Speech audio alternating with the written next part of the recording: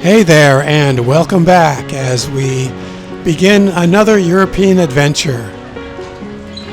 A little bit of deja vu today as we've arrived at Los Angeles International Airport for a non-stop flight on United Airlines to London Heathrow. I say deja vu because it seems like I've done this exact trip to London about 5 times in the past couple of years. Maybe a couple of them out of San Francisco.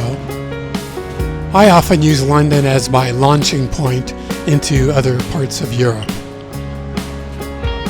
If you're not familiar with the layout of LAX here, it's in the shape of a horseshoe, tipped on its side, where you enter from one side of the horseshoe and exit from the other.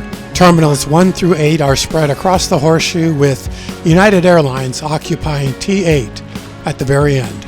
Of course, LAX is always very busy, and they're planning to connect the airport with the infamously unsafe and inconvenient LA Metro rail system. Yeah, that should work out well. Let's head over to our gate to see what's up over there.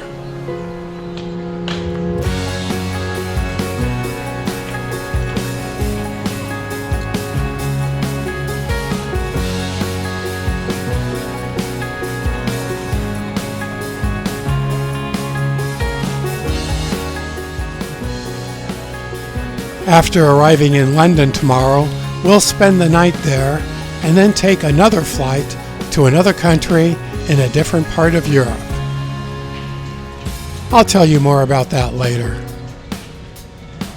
There it is, the 787 Dreamliner, my favorite plane in the Boeing lineup.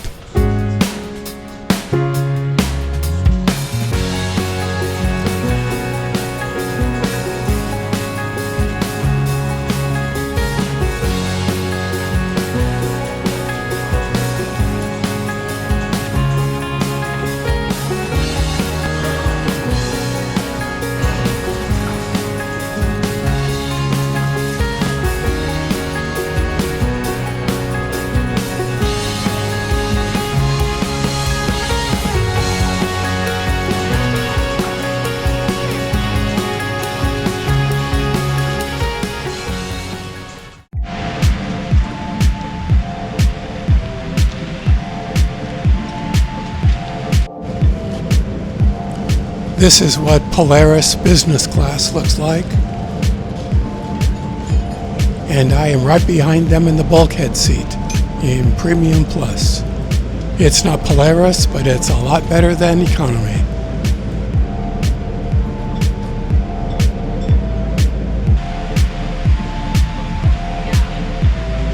But if you can afford it, Polaris is the way to go. So on United Premium Plus, you get an amenity kit, plus a wider seat, more legroom, and better meals. And this plane is filling up.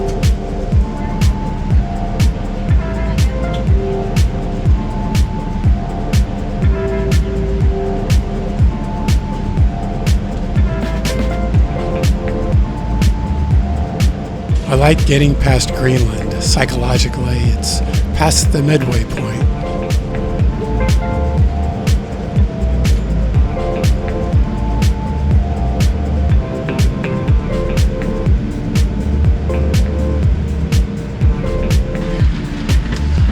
And about 11 hours later, we are in London.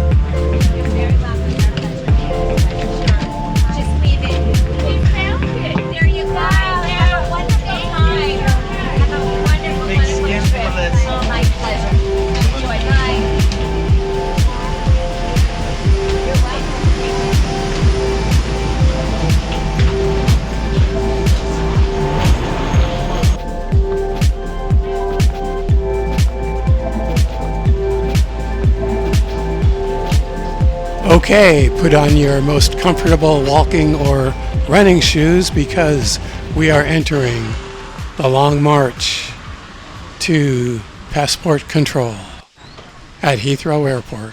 It's also good to pack a lunch.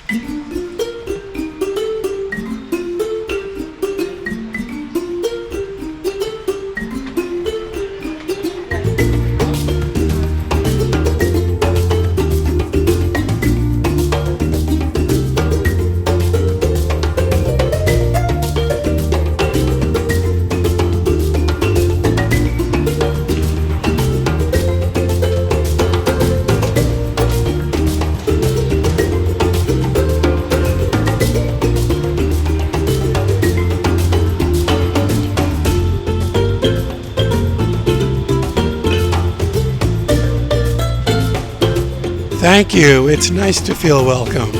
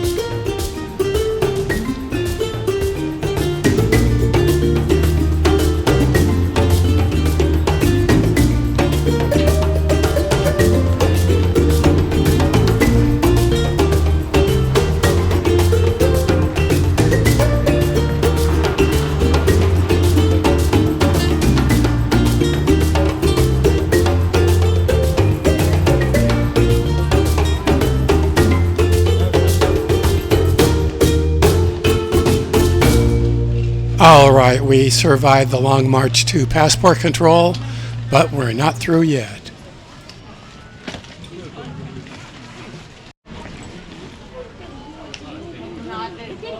All right, we're on the other side of immigration and passport control now.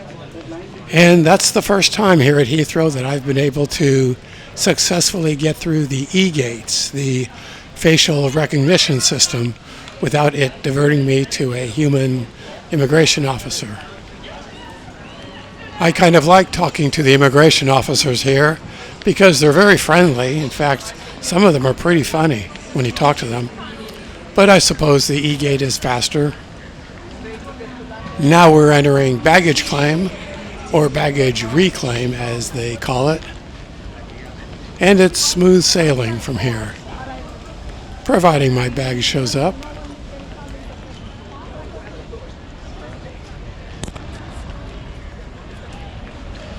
Los Angeles, Reclaim 8.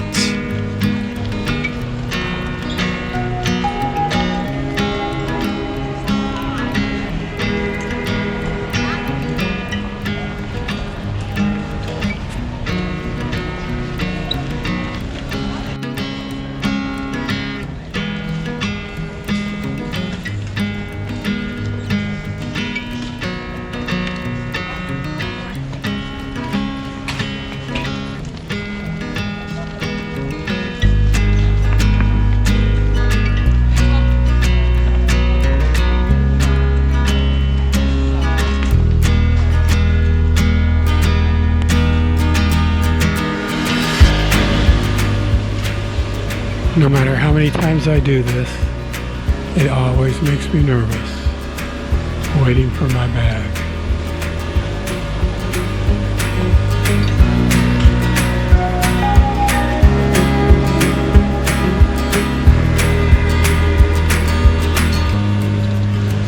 All right, all is okay. My bag arrived.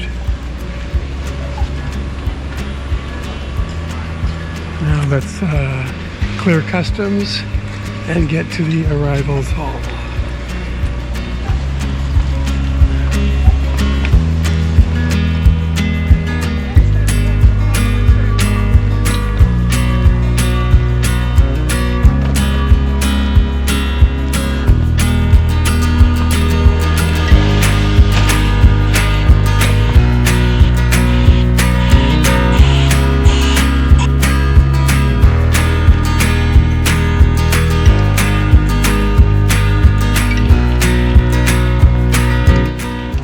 The last step to freedom is passing through customs.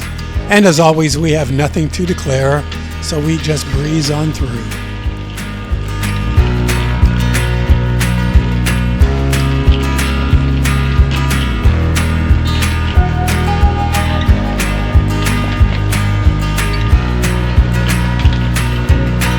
Here's your last chance at the duty-free shop.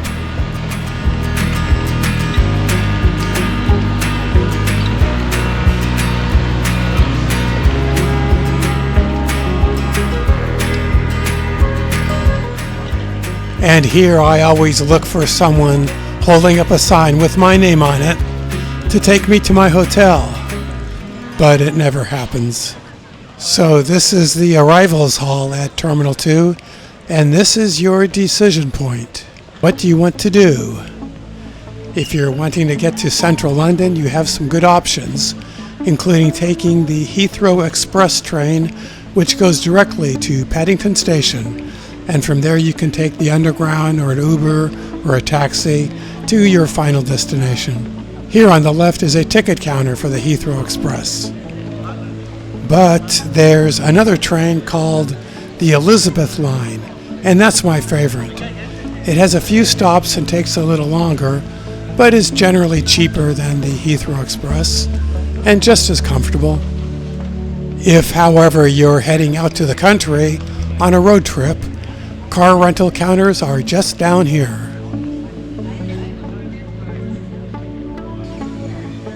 This time I'm doing none of those things. I'm just staying the night at a hotel located walking distance from Terminal 4. And then I'm catching another flight here tomorrow. So all I need to do right now is get to Terminal 4. Let's see what's involved with that. There's at least a couple of options of getting from one terminal to the other here. I hear there's a bus, but I've never tried that. You can also do it by underground train and by navigating the labyrinth of underground passageways, moving walkways, escalators, and lifts. As you'll see, it's not as straightforward as something you're used to seeing at more modern airports around the world. I mean, this is an old airport that's been expanded and added onto and cobbled together through the decades as needed. This terminal, Terminal 2, is the newest and by far the more comfortable and modern of all the Heathrow terminals. Let's keep moving.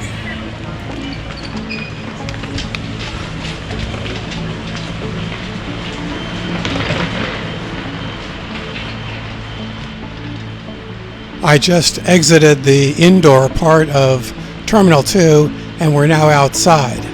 I think I've talked about this before in another video, and I don't like to complain, but this outdoor space was just not very well designed. We have the multi-story car park over there. Then below we have all these vehicles with their motors idling. And the result is that this outdoor space, which is intended for people to use, is always filled with exhaust fumes. It's pretty obnoxious, especially when you consider that this terminal, called the Queen's Terminal, is supposed to be the modern showcase for Heathrow Airport. But as I said, I don't want to complain. I'm just happy to be here. And on a positive note, this airport has good signage. I mean, in this single sign is probably everything you might want to do here. Sometimes people in the comments will ask me where to find the trains or the buses or the hotel shuttle. And in the case of Heathrow, I can say without feeling lazy, just follow the signs. Down in that direction is the lift to take you down to the train station and the Heathrow Labyrinth.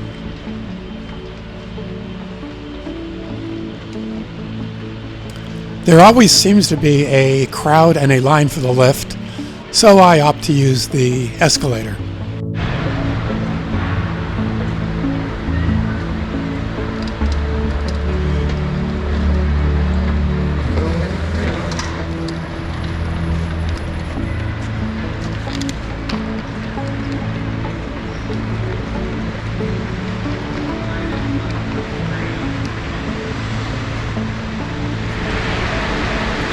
So we're going to try out the Elizabeth Line or Heathrow Express to Terminal 4 via free train or underground transfer.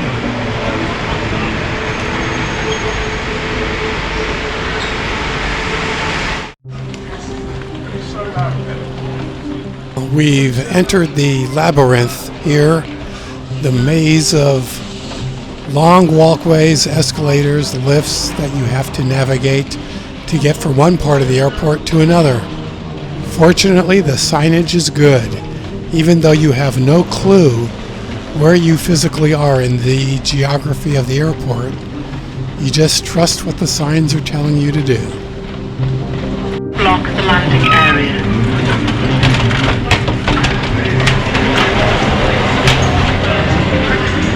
If it weren't for the signs, you could be lost down here forever. No one would know what happened to you.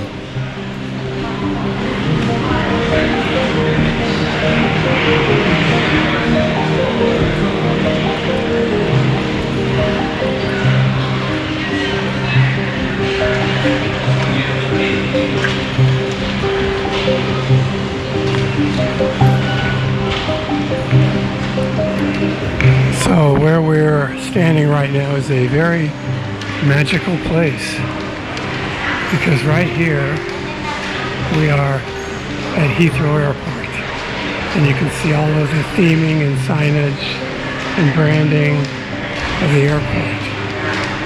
But then you venture over to this area and you cross a magical line, like right here, and suddenly you are in the London Underground universe with its own branding and theming and its ancient tile walls. And look, they even use a different font on the signage.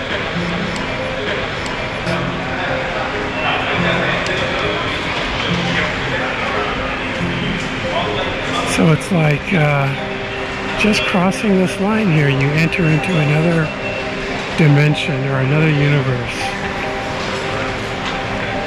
Now we're going to go back into the airport universe right now. And we're back at Heathrow Airport. Just thought I would point that out. You may not think it's very interesting, but I kind of do.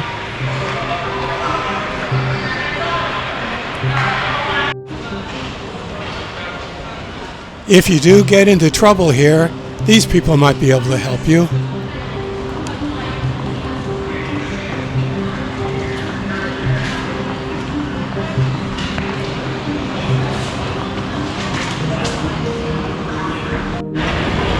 So you can kind of tell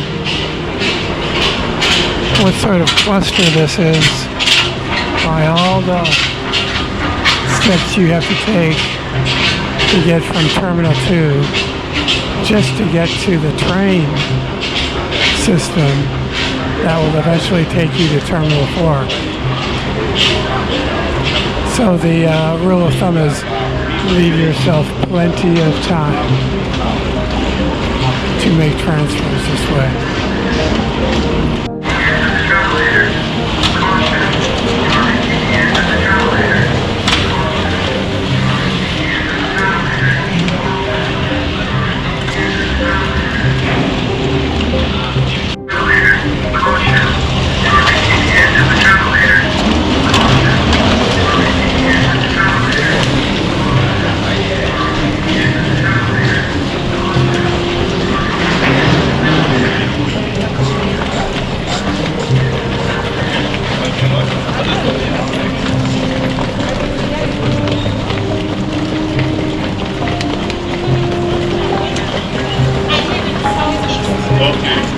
Alright, Heathrow train station down here.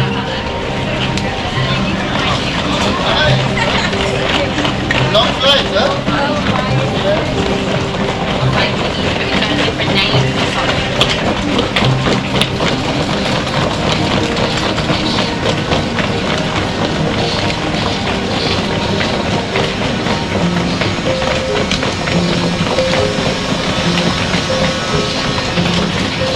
Make sure you travel in the correct carriage.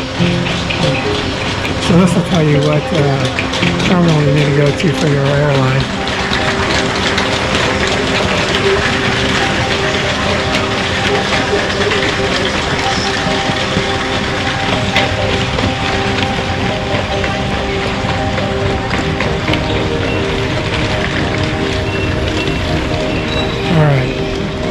here's where you get train tickets or put money on your Oyster card or whatever. You can also just use a credit card or a debit card, I think. But there's supposed to be a way where if you're going to just change terminals, you get a free ticket, and I see where that is. That is over here.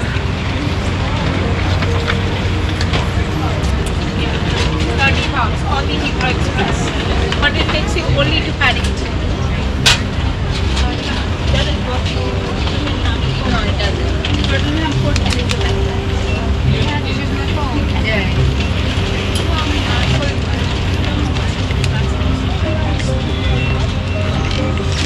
Around maybe 5-6 hours, but it's gonna be a long journey, like 1 hour. Yeah, maybe. All right. So this is the magic ticket that gets you to Terminal 4 or 5.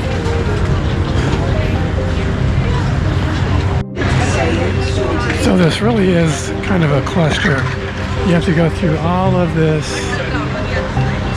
lines and ticket getting and discussions and so forth just to get to another terminal. Total cluster.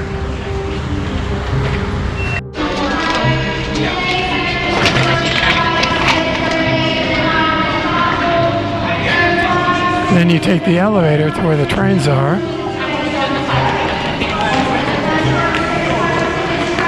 And you have some lady screaming at you.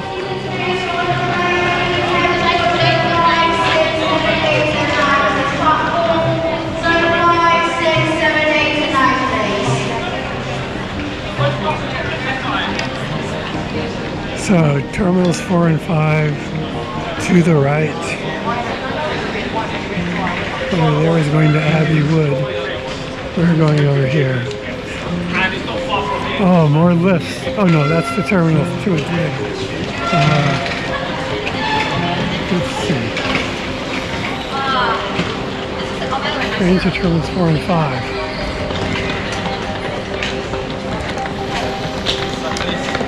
Elizabeth London Heathrow Express trains from this station depart for Terminal 4, Terminal 5 and London Paddington. Please check the platform electronic displays for your correct train.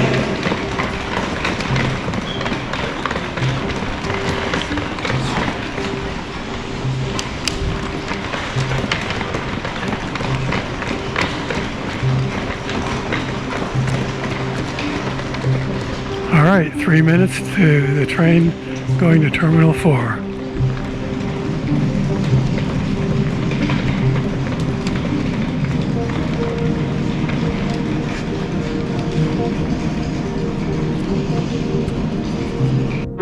Calling our Terminal 4 only.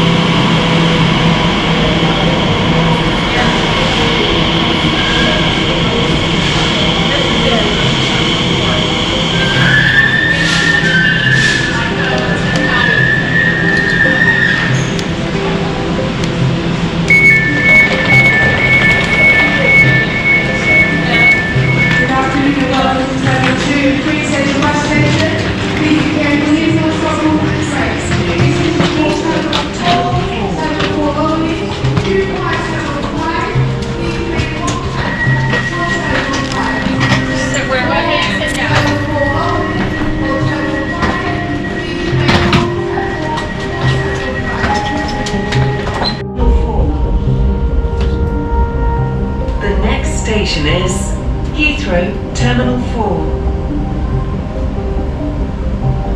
For safety reasons, please keep luggage clear of the aisles and doors, including the area behind the driver's door. This train terminates at the next station. Please remember to take all your belongings with you as you leave the train.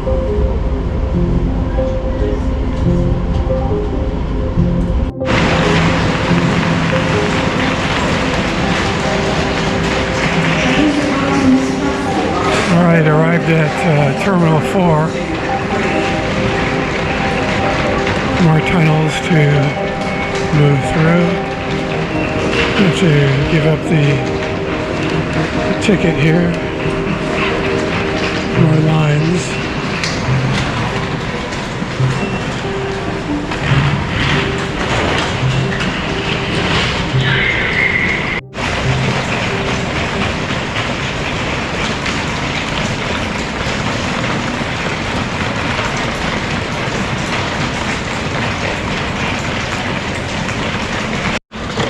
More lifts to get on. How many lifts does it take to transfer from one terminal to another at Heathrow? Has anybody counted them?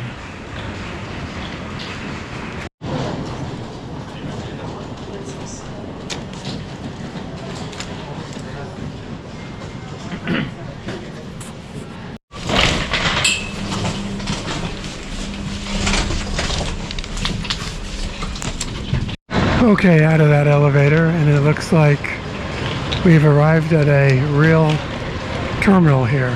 Now I need to find my hotel. My hotel is the Holiday Inn Express, and it is supposedly walking distance from this terminal. So I'm going to look for a sign. Here at least is the exit over here. Let's just go outside and look out here.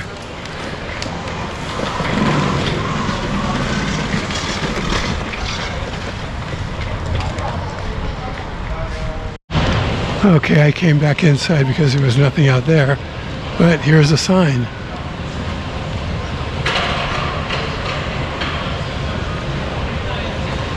I was going in the complete opposite direction as where I should have been going. This is what we want.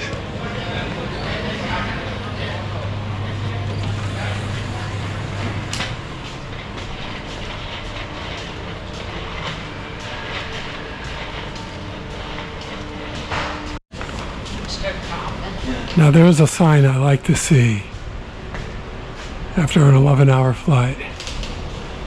We're getting closer. We're in this kind of a tube of a walkway.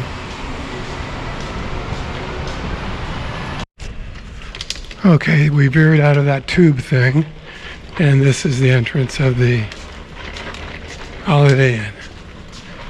So it really isn't that far of a walk once you find out the right way of going.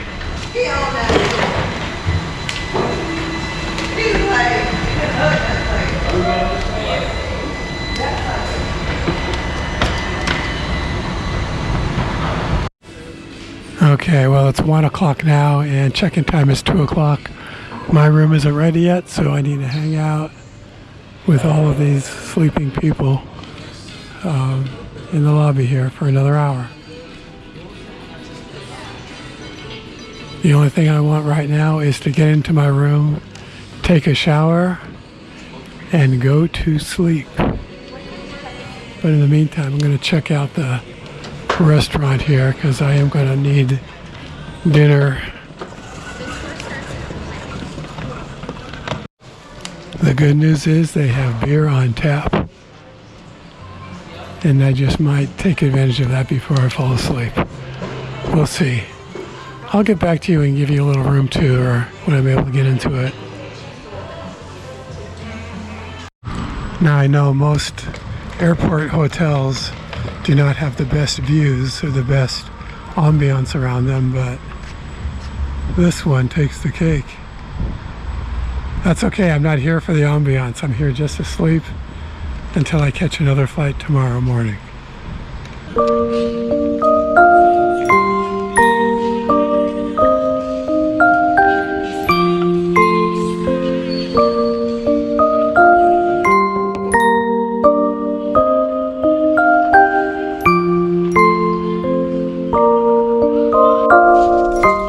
Okay, I joined one of those people in the lobby falling asleep. I'm awake now and checked in, so let's check out the room. 223.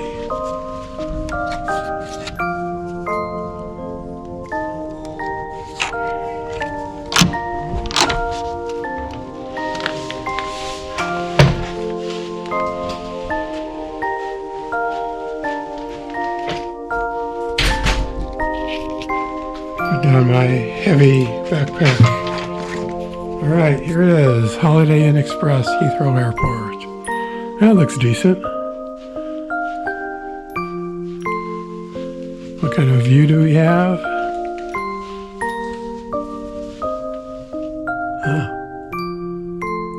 One of the terminals there. I guess that's 4.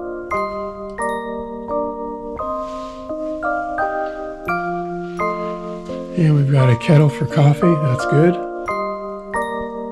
TV, which I won't watch. Very tiny desk with outlets.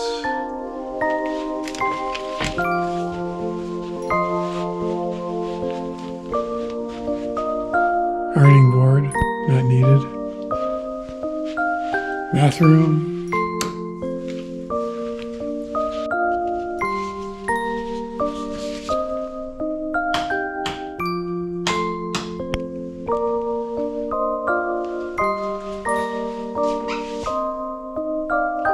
Well, it looks clean, remodeled. And this was £129 for one night.